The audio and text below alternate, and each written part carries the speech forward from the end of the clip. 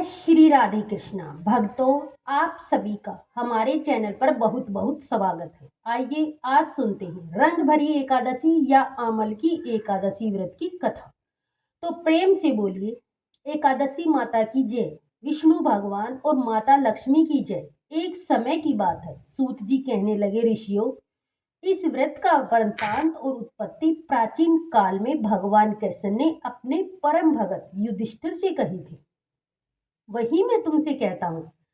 एक समय की पौराणिक कथा है। एक बार मंधाता बोले कि हे मुनि श्रेष्ठ वशिष्ठ जी, यदि आप मुझ पर कृपा करें तो कभी ऐसे व्रत की कथा कहिए जिससे मेरा कल्याण हो। महर्षि वशिष्ठ बोले कि हे राजन, मैं आपको एक ऐसा व्रत के बारे में बताता हूँ जो सभी व्रतों से और अंत में मोक्ष देने वाली है। उस एकादशी का नाम रंग भरी एकादशी या अमल की एकादशी के नाम से जाना जाता है। आज मैं आमल की एकादशी व्रत का सविस्तार में आपसे वर्णन करता हूँ। यह एकादशी फाल्गुन माह के शुक्ल पक्ष में आती है। इस व्रत के करने से समस्त पाप नष्ट हो जाते हैं। इस व्रत का फल 1000 गोदान के फल के बराबर होता है। अतः हे राजन, अब मैं आपसे एक पौराणिक कथा कहता हूँ। आप ध्यानपूर्वक सुनिए। एक वैदिक नाम का नगर था जिसमें ब्राह्मण, क्षत्रिय, वैश्य और शूद्र चारों वर्ण आनंद सहित रहते थे।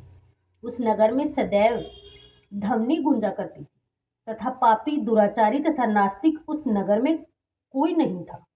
उस नगर में चैत्र नाम का चंद्रवंशी राजा राज्य करता था। वह अत्यंत विद्वान तथा धर्मी था।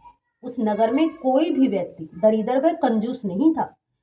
सभी नगरवासी विष्णु भगत थे और हर एकादशी को वृद्ध, स्त्री, पुरुष और बच्चे एकादशी का व्रत करते थे। एक समय फाल्गुन मास के शुक्ल पक्ष की आमल की एकादशी आई। उस दिन राजा, प्रजा तथा बाल बूढ़ो सबने हर्षपूर्वक व्रत किया। राजा अपनी प्रजा के साथ मंदिर में जाकर कुंभ स्थापित करके धूप, धूप, निवेद, पंचमंत्र आदि से आंवले के पेड़ के नीचे पूजा की और इस प्रकार स्तुति करते हुए बोलते हैं, तुम ब्रह्मा स्वरूप हो, तुम ब्रह्मा जी द्वारा उत्पन्न हुए हो और समस्त पापों का नाश करने वाली हो। तुमको नमस्कार है। अब तुम मेरा अर्थ स्वीकार करो। तुम श्री रामचंद्र जी द्वारा सम्मानित हो। मैं आपको प्रार्थना करता हूँ, अतः आप मेरे समस्त पापों का नाश करो। उस मंदिर में सबने रात्रि को जागरण किया। रात्रि के समय वहां एक बहेलिया आया जो अत्यंत पापी और दुराचारी था।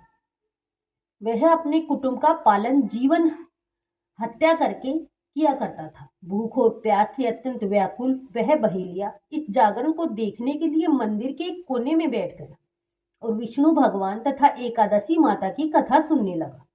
इस प्रकार अन्य मनुष्यों की भांति उसने भी सारी रात जाग कर बिता दी। प्रातःकाल होते ही सब लोग अपने घर चले गए तो बहेलिया भी अपने घर चला गया। घर जाकर उसने भोजन किया। कुछ समय बीतने के पश्चात वह बहेलिया मृत्यु को प्राप्त हो गया।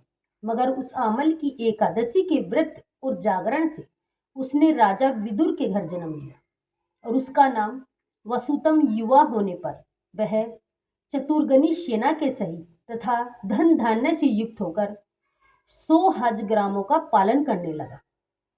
वह तेज में सूर्य के समान, कांति में चंद्रमा के समान, वीरता में भगवान विष्णु के समान और क्षमा में पृथ्वी के समान था। वह अत्यंत धार्मिक, सत्यवादी, कर्मवीर और विष्णु भगत था। वह प्रजा का समान भाव से पालन करता था। दान देना उसका नित्य कर्तव्य था। एक दिन राजा शिकार खेलने के लिए गया। देव योग से वहां मार्ग भूल गया और दिशा ज्ञान न रहने के कारण उसी वन में एक वृक्ष के नीचे सो गया। थोड़ी देर बाद पहाड़ी मछेलिया वहां आया और राजा को अकेला देखकर मारो मारो शब्द करते हुए राजा की ओर दौड़ने लगा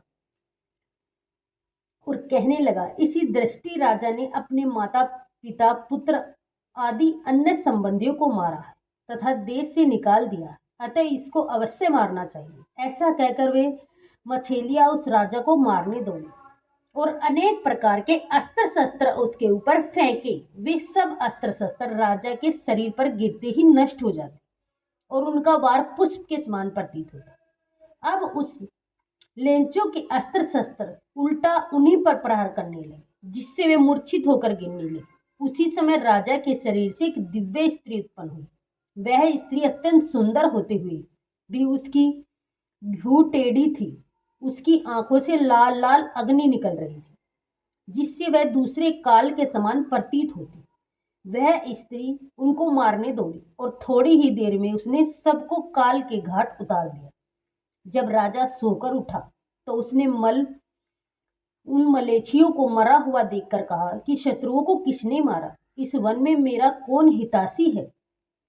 ऐसा विचार कर ही रहा था कि आकाशवाणी हुई, हे राजा, इस संसार में विष्णु भगवान के अतिरिक्त कौन तेरी सहायता कर सकता है? इस आकाशवाणी को सुनकर राजा अपने राज्य में आ गया और सुखपूर्वक राज्य करने लगा।